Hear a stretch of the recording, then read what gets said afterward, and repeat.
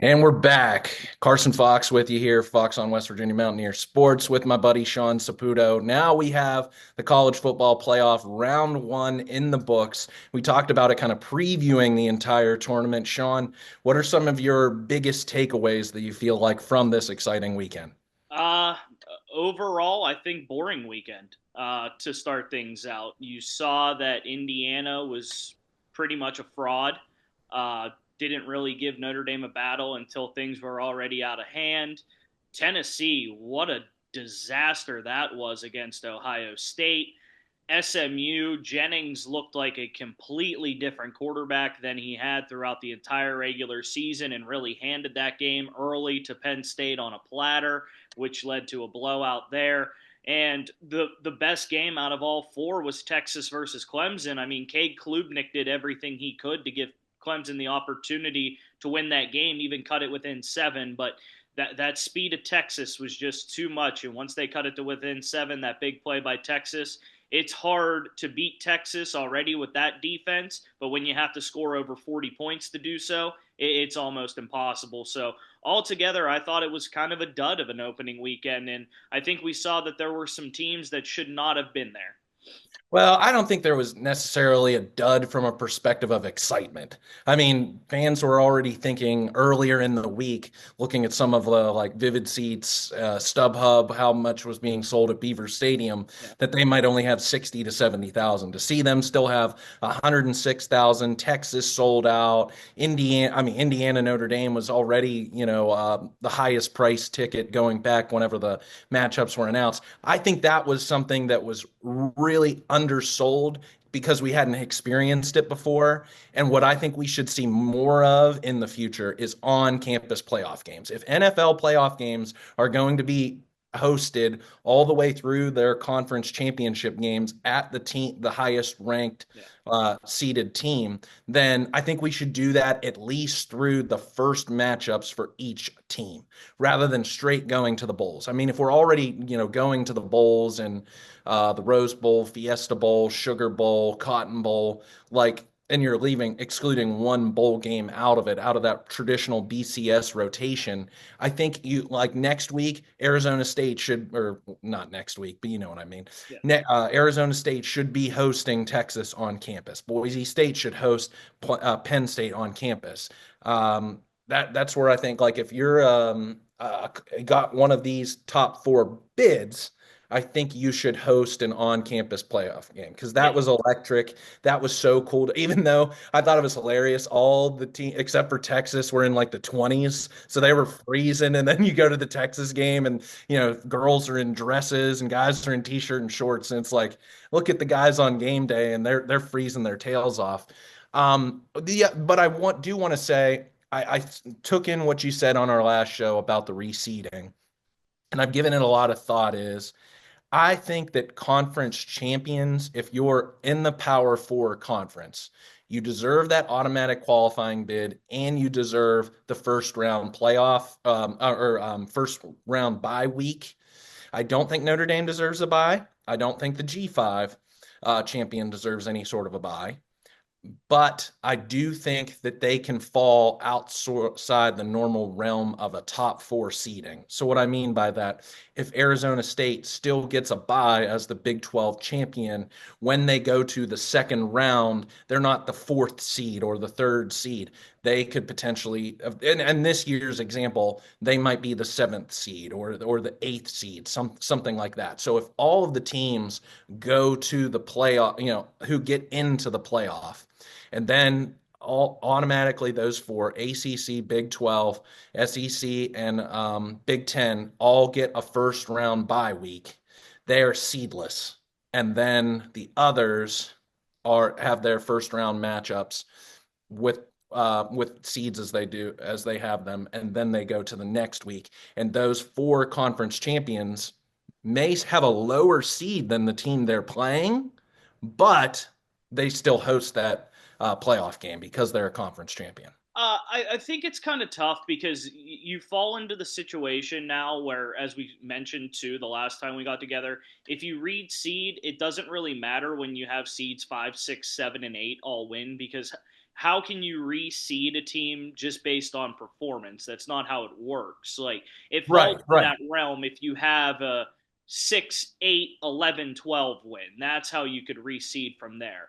Um, I still think that would be a good idea in those situations, but I think I've become more so the fact that yes, you should have your AQs uh, for your power fours, and I do think a G5 should get an AQ as well. Mhm. But at the same time, I think they have to do away with the first round bye guaranteed to conference champions. I think No, that changed my no. mind because the thing is, what we saw, what we saw this weekend is Ohio State is a top 14, and it's very difficult to look at what you saw this weekend and say how is Boise State and Arizona State being conference champions, how are they ahead of this team right here, how are they ahead of a Penn State?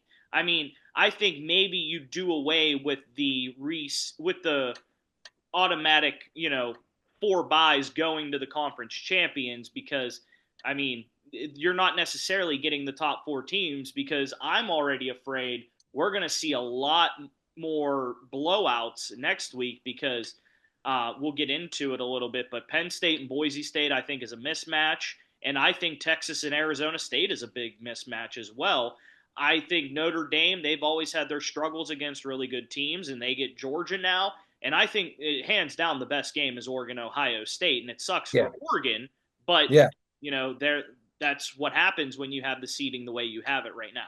yeah. Oregon should be playing Boise State again, in my mind. Yeah, I think they're a better. I think Arizona State deserved a higher seed than Boise. So you would have put them in our theoretical realm of reseeding. They would have been the matchup instead.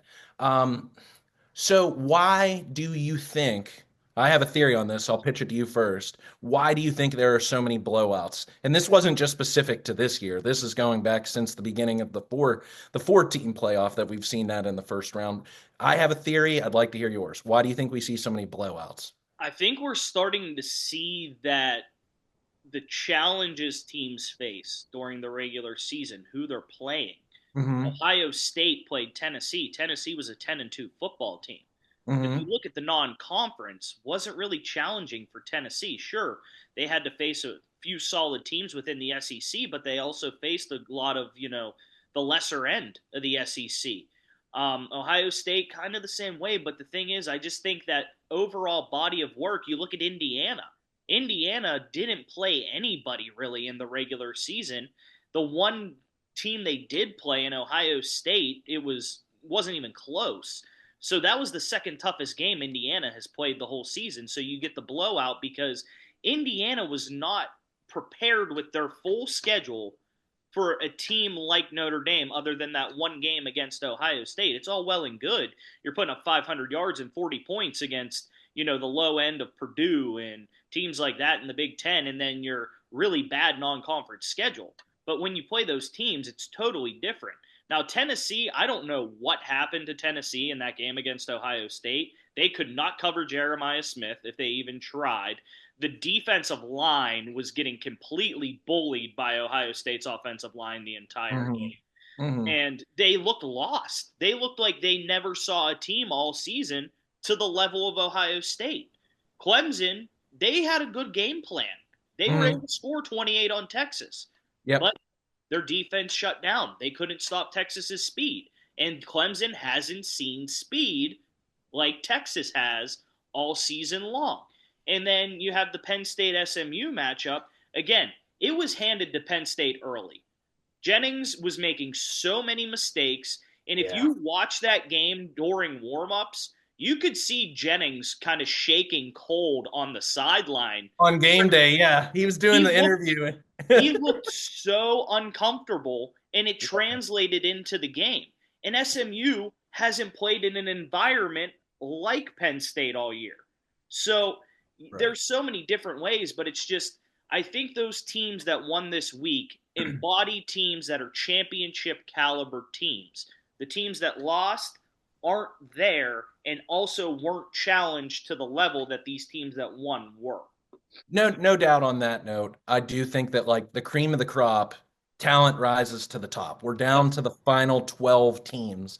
This is where, I mean, and like as a West Virginia fan, as a team who, is traditionally the underdog in these David versus Goliath matchups, I don't think we're going to see those to the extent that we saw in the 2000s.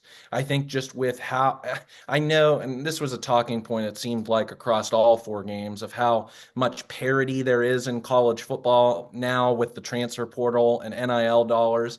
Yes and no. That there are still, the Oregons, the Ohio States, who are out there spending close to $20 million on their roster. They have elite talent, and they have, I think, to your point, experience. That's what it is if you've played already in a conference championship game, a big game, if you've played in some of those big matchups and won them already in that season, or if you have guys who have been in as part of your program for multiple seasons and playing in these multiple big games, it's not foreign to them. Like Penn State has been there and done that. Not only the talent, but they've played in big games before like this in front of big audiences. And we know how they whip on lesser talent always with big game James at the helm. Um, Clemson probably gave Texas the best fight because they've been in some big games as a program for over, the last decade. That's where I think, and coaching, it does come down to coaching. I thought Coach Kirk Signetti, for as good of a year that he's had, I thought he coached offensively kind of scared in Yep. that game. I know Notre Dame's defense is stout. They're solid. They're fast. They hit hard. But just to continue into the second half, down multiple scores, continue to try and run the old Don Nealon kind of offense. Let's try and beat them till their brains bleed on the ground and break their will that way. Notre Dame's will just wasn't breaking, and No. you were putting your defense on the field for long drives, and that's how Riley Leonard and Notre Dame was able to really just kind of wear Indiana down. And you kind of saw that one frustration play came out. I think his last name was Carpenter, the defensive lineman for Indiana, hit Riley Leonard. I mean, maybe a tenth of a second late, out of bounds, third and I think 15 or something on the play. You could have got Notre Dame, who was struggling to kick field goals, that they said all season long. I know the kicker made like a 48-49 right before halftime, but if he misses a comparable kick right there in that moment, instead of giving up the first down on the penalty, Indiana might have been able to pull right back into that game. But I thought it was conservatively coached by Coach Signetti. I thought Marcus Freeman was playing with house money in front of a home raucous crowd. The one point in time where they called, I think it was on that same drive, scored a touchdown, wound up for a fake field extra point or something like that, and then I might be misremembering the details, but then got Signetti to call a timeout only to then still kick the field goal. So you burned a valuable timeout on Indiana's side. Like, wow, that was playing chess when everybody else is playing checkers kind of coaching, I thought. And they just asserted their will on Indiana, who wasn't ready for that big of a moment. Same difference with SMU. Clemson, I completely agree with you, gave Texas all it could with the talent that it had. And ultimately to encapsulate this point is defense. Defense still wins championships at this level. For as much as we like to talk about with the RPO game in college football anymore, that it plays more like basketball on grass instead of old school football. When you get to this level, if you have the heavy hitters on the defensive line who win the line of scrimmage and punish you in the back end with the secondary, your secondary guys. I mean, man, like that's what I saw out of the four winners is just defense wins championships, and those were the four best defenses over this weekend. Oh, hands down. I mean, Indiana's defense doesn't compare to Notre Dame's. Mm, SMU's defense is a very good defense, but it still doesn't compare to Penn State's. no. Clemson, they've been so up and down all season defensively, but Texas, again, stout defense. Mhm. And Ohio State, uh, you know, Tennessee has a very good defense, but Yeah, again, haven't played in that major capacity like Ohio State is used to. Sure, Will Howard has, he's played in big games at K State. that You know, was his best game I've ever seen him. yeah, Having seen him for 3 years at K State, that throw that he made, I think to make it 35 three or 10 at that point in time in the game to Smith over the shoulder with the best defensive back for Tennessee all draped Yeah. all over him. Best ball I've seen him throw in 4 years. Oh, and I mean, but he's played in big games. Yeah, yep. Nico Iamaliava hasn't played in a big game to that capacity, and And he looked performed well in those yes, big games. because in Yeah. those big games he's been mediocre. In those ranked wins, he's been average. It's been the defense that carries them.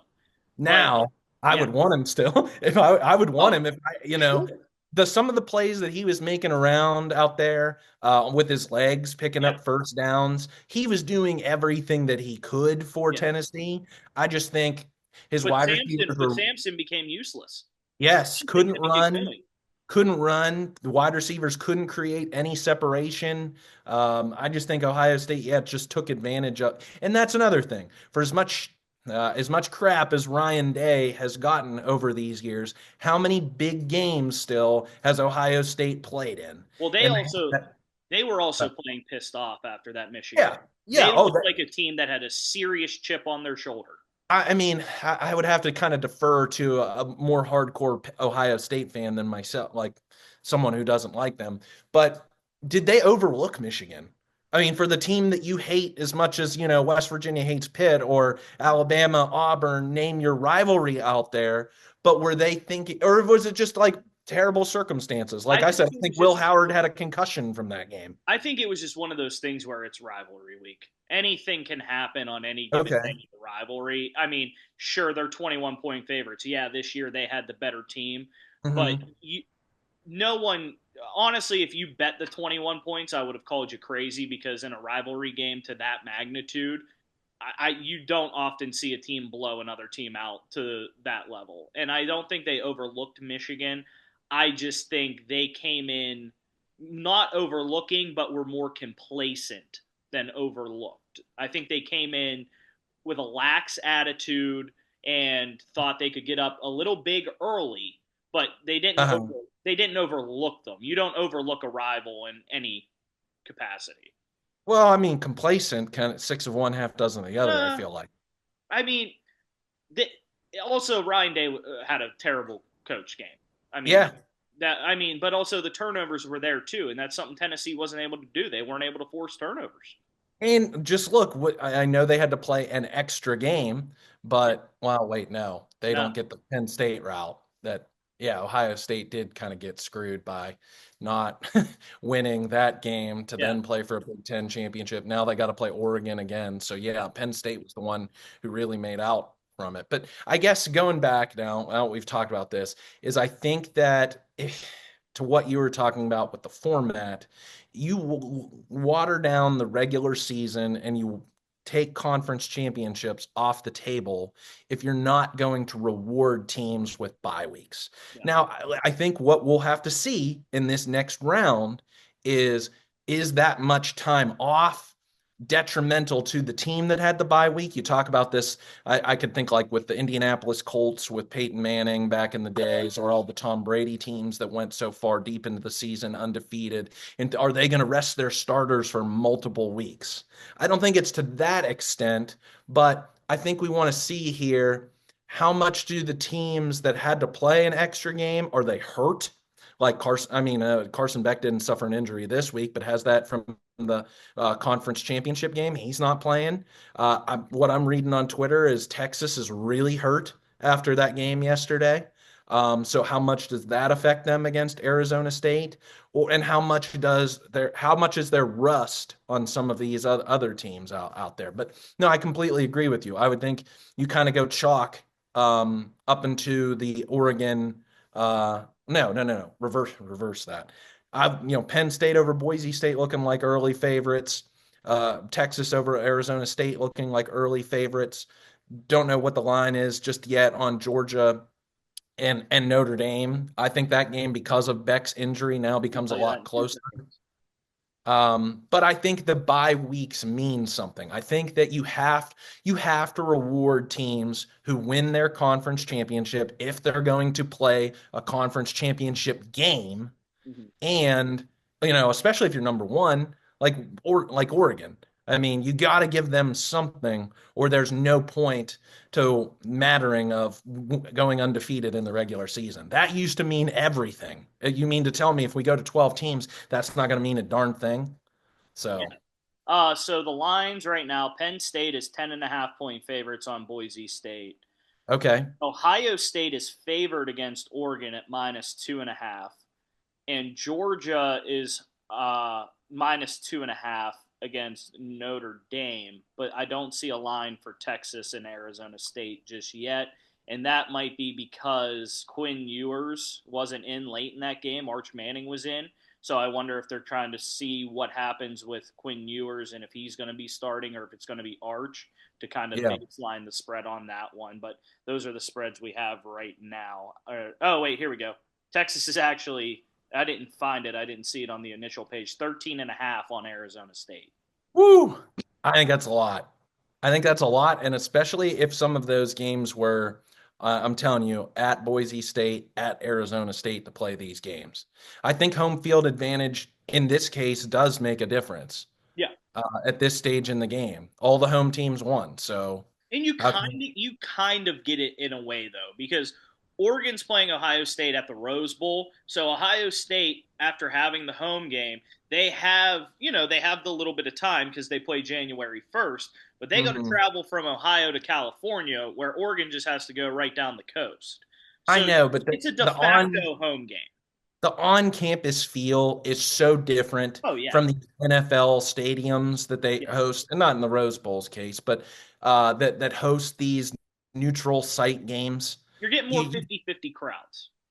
yeah, you are more fit. I mean, but in the case of like Tennessee, you kind of saw how they overtook the Yep. shoe up there in Columbus. So I don't know if that necessarily makes a difference. I just think the familiarity of your home field, feeling as if, and like the PA announcer and all the pyrotechnics and everything, like the home atmosphere Yeah. that you get out of that is going to be so much more sterile at an NFL stadium in a bowl game atmosphere. So that's why I would play this second round still on campus, the final four, rotate it between the Rose Bowl, three stadiums to play the national championship to.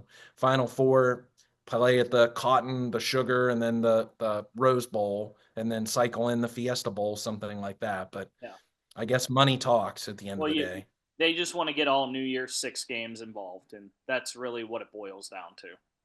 Yeah, but I think that's a way to enhance that. Oh yeah, Um, one other thing we haven't yet to talk about? I really take umbrage with the fact of, or so many of the national pundits, Kirk Herbstreit, Paul Feinbaum, so many out there who were just going after the playoff committee and the teams that were involved. You don't see this in other sports. You don't see this. I mean, I know like everybody's kind of up in arms about the bubble teams on Sunday, even through Wednesday with the March Madness NCAA tournament. But once tip-off comes, we're not talking about those teams anymore. It seemed as if from what you could read, at least online as games were happening, but they came out in the broadcasts even themselves, that there was almost as much of a narrative around the teams that didn't get in terms of Alabama, South Carolina, and Ole Miss. And I know Miami was kind of an afterthought, but some of the teams that we talked about that were kind of borderline getting into it, that it almost overshadowed the games in and of itself, like the win for Notre Dame. It shouldn't have. Why did it have to be so much about, oh, that Indiana didn't deserve to be there? Why did they, all that? And instead of how good Notre Dame played, why can't that be the focal point? Or same thing with Penn State and stuff like that. It just kind of made me ill. It's the like college football industrial complex perpetuated by ESPN and Fox that they're going to trot out Kirk Herbstreit out there, who I talked about this on Twitter, just like gaslights America, on behalf of ESPN. And if this college football playoff committee falls prey to this moving forward, we're only going to be talking about 20 teams, I feel like, who are going to be in there, because I don't buy this argument about best should overshadow most deserved. I I think it goes back to what we were talking about in the way that the games transpired as they did. If Indiana Uh-huh. would have went into that game against Notre Dame and was giving them a fight and made it look good. I mean, sure, the final score was 27-17, but that final score is not at all indicative of that game being even remotely close. It was 27-3, and Indiana scored two touchdowns in the final minute and a half. It Mm-hmm. it falls under that complex of you want the best possible matchups. And when you have an Indiana going in there that's 11-1, that was really bad in their only tough matchup, and then they come into this playoff game and for 58 and a half minutes they are completely uncompetitive. When you have an SMU who, again, in technical terms did not beat a currently ranked top 25 team, and they go into Penn State after losing to Clemson in the ACC title game, getting their doors blown off until a massive comeback late in that game that faltered because of a field goal. They come into Penn State. They're completely not competitive. It's not so much ragging the teams that got there. It's just when it boils down to it, did we get the best possible matchups? And I think everybody is kind of in our area where it's like, this is just a constant. It's blowout, blowout, blowout, blowout. We want those matchups that are going to be close. We want to see, a game come down to the wire. When you get the teams like Indiana who haven't proved really anything other than they can beat the teams they're supposed to beat, or SMU beating the teams they're supposed to beat, it would be totally different if Alabama or Ole Miss was out on that field, because you look at the way Indiana played and you can say, well, Ole Miss and Alabama would beat them just as bad as Notre Dame did. So if you get a Notre Dame versus an Alabama or Notre Dame versus an Ole Miss, you're going to get a better overall matchup. And I think that's why they do that, honestly. But I just don't agree with it.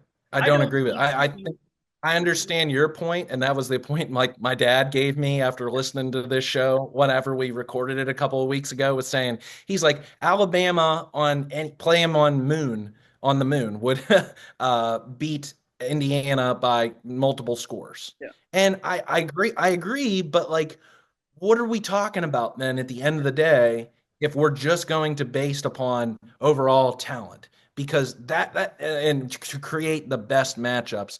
Alabama lost to Vanderbilt this season for the first time in 60 years. So you're going to reward them with giving them a playoff bid over Indiana, who put together its best year in absolute program history. Yeah. So that's where I'm like tough, be better. Just When be it better at the end of the day. when it boils down to it, I think the thing is though is they're saying it, but I think they're realizing that the committee is going to make a change after seeing what happened this year. And rather, Why? Why? Why should they? it's all about the money now. That's Well, I all. know it's all about the money, but I mean, they did that last year against, to screw over Florida State. And yeah, it made for a better game in that situation. But then they rectified it this year, I feel like, by putting in an Indiana and putting in an SMU But who rightfully deserve unfortunately, that. it kind of, in a way, it proves them right that they left Florida State out last year, because when you have Florida State losing, what was it, 60-7 or something like that to Georgia in their bowl game?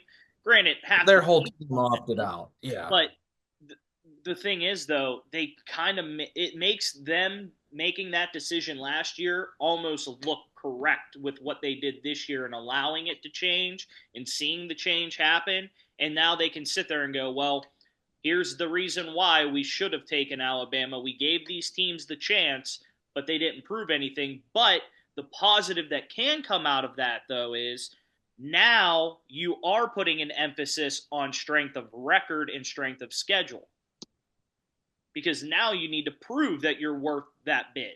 I So mean, now, I see your point.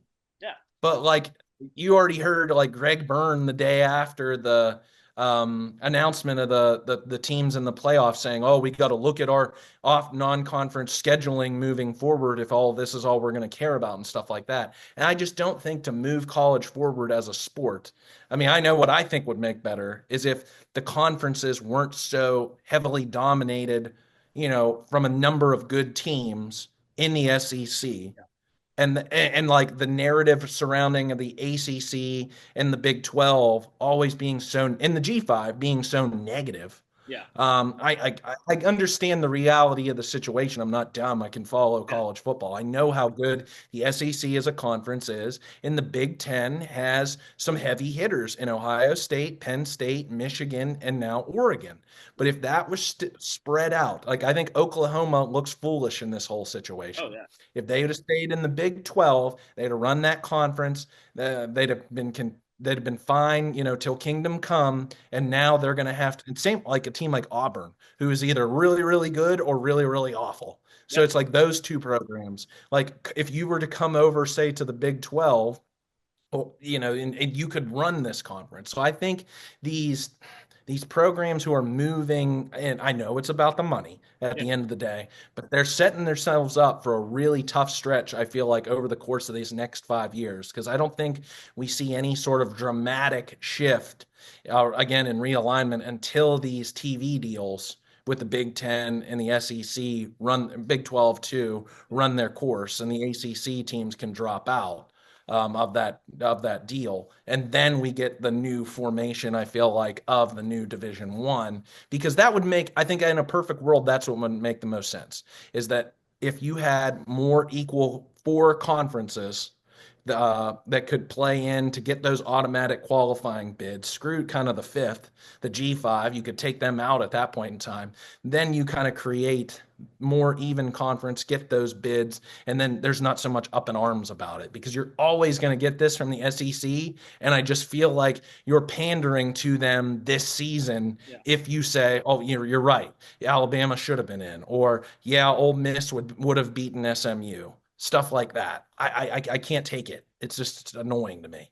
I mean, it's tough because in the realm we're in now with NIL, when it boils down to it, next year you're gonna get those same teams that are right back up towards the top, and it's going to take one win to flip things. If it's Alabama, Ole Miss, South Carolina, it's going to take one win to change that tide, and then you're going to get that 11-1 Indiana with a soft strength of schedule, and that SMU with two losses. They're going to be out, and those teams are going to be in.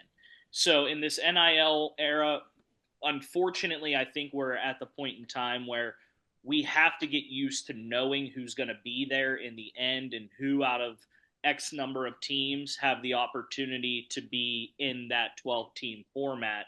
But they're already talking about that potential expansion to 14. So, I mean, that, Do we have too many? I wanted to ask you that. How did you feel? Do you feel about 12? Do we should be eight? uh, I don't know yet. Because I feel like we're just right. We're right there. It's either eight or I 12. I think I need one more year to see what Okay. happens. If we have another year where out of 12 teams, the first round is just kind of a bleh day, other than the atmospheres of the teams playing at home, I think eight's the right number. But if you start getting, the committee has to figure out the proper way to select the teams from 6 through 12 outside of the five that get the automatic bids potentially. You got to figure out Mhm. how to determine who gets in, how they get in. I still think this was a rough draft year for them. They were kind of just going based off, okay, we're not going to screw SMU for losing in a conference championship. We want to understand that the conference championship games do mean something. You shouldn't be held accountable for a 3-point loss as compared to a team that didn't play, like Alabama, Ole Miss, South Carolina. I think they did that properly, but I still think there's other criteria they need to figure out as to what's going to be the real formulaic factor of deciding those teams. The 5 through 12. Yeah. I think they need to figure that out still, and I think they'll get a better grasp after this year to know, okay, is it going to be strength of record, strength of schedule? Is it going to be FPI? Like, what are they going to be the determining factors going into making these decisions? I think this year was that, again, rough draft year. We're going to put these teams in that succeeded, did well, see how they do. maybe next year, if this ends up being kind of like it turned out to be, maybe we need to look into a different way of formulating how we do it. And I think we need one more year of the 12 for me Mhm. to really decide if 12 or 8 would be the right way to go That's kind of crazy when you think about it because I know they had 3 losses versus two, but you have a Clemson who's a conference champion with 3 losses. with a head-to-head win against SMU, and Yep. SMU was what, the 11 seed and Clemson was the 12. Yep. So That's how does why that?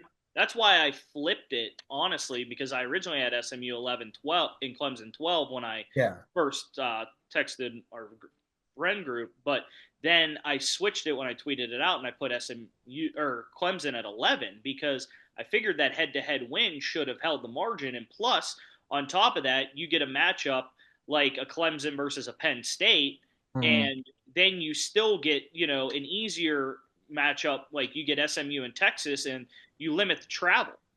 Yeah. My final thoughts here. I know we got just 4 minutes left. The best potential, I feel like, at an upset, if you want to call it that, in the next round, I'm going to go with the Arizona State Sun Devils over Texas. I think the best game is going to be Oregon and Ohio State. Like that should be a thriller down to the very end, most competitive matchup. I know you were also you were heated a little bit about Ashton Genty not winning the Heisman over Travis Hunter. So I say this is his moment to prove it. I Yep. think this is where the nation kind of gets their, either you're going to have the Travis Hunter supporters who say, yeah, look, he didn't play anybody. Now he goes against Penn State and look what they do and bottle him up. Yeah. Or if he's able to run successfully on Penn State, they're going to say, oh my gosh, this was the worst Heisman snub since Larry Fitzgerald over against Jason White.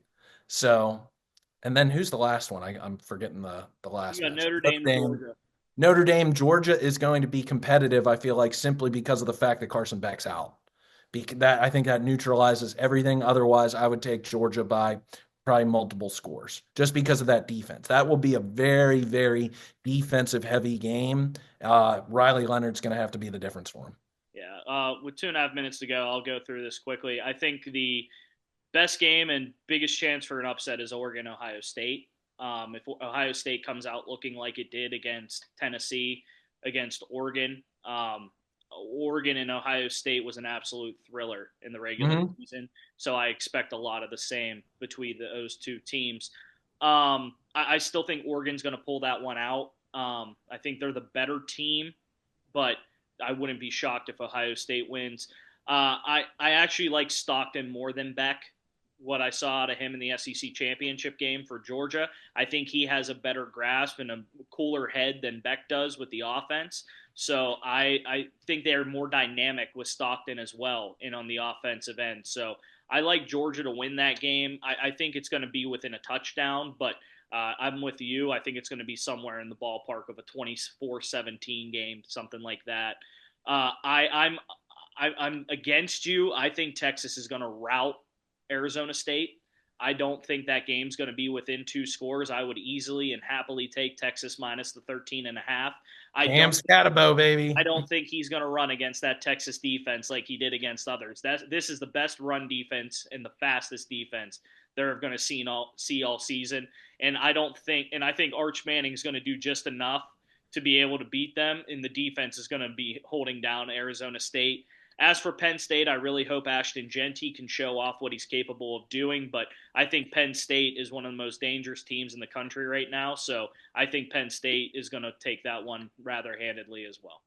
All right, well, you've heard it here. We'll be back after the second round of the college football playoffs here into 2025. So, for Sean Saputo, I'm Carson Fox. Thanks for tuning in. Fork 'em, go Devils, beat the Texas Longhorns, and yep, everybody have a great new year.